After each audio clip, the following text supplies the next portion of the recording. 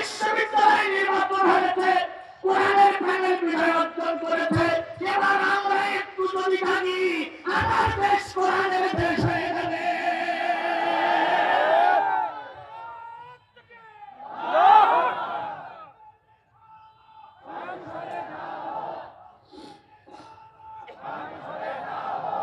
সুতরাং আমাদের এবার জায়গা লাগবে, কথা বলেন ঠিক না বেশি?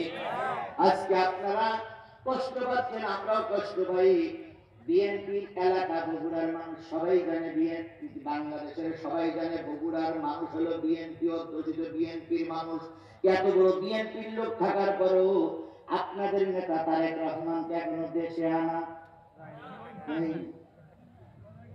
খালেদা জিয়ার বাড়িতে বন্ধ করে রেখেছিল, বের করা যায়নি। এখন একে অপরের বিরুদ্ধে কাটা সরাসরি করার সময় নয়, একতাবদ্ধ হয়ে দেশ গড়ার সময়।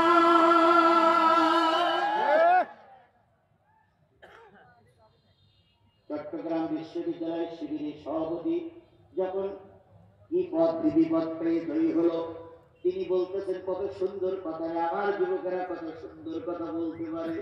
উনি বিধিপদ পাওয়ার পরে বলতেছে কে জিতলো আর কে ফেললো ওটা আমাদের জানার বিষয় নয়। 5 তারিখের আন্দোলনে যারা আমরা ময়দানে ছিলাম, আজকে চট্টগ্রাম বিশ্ববিদ্যালয়ে যেটা মানে আমাদের সেই ছাত্র সমাজ জিতে গেছে।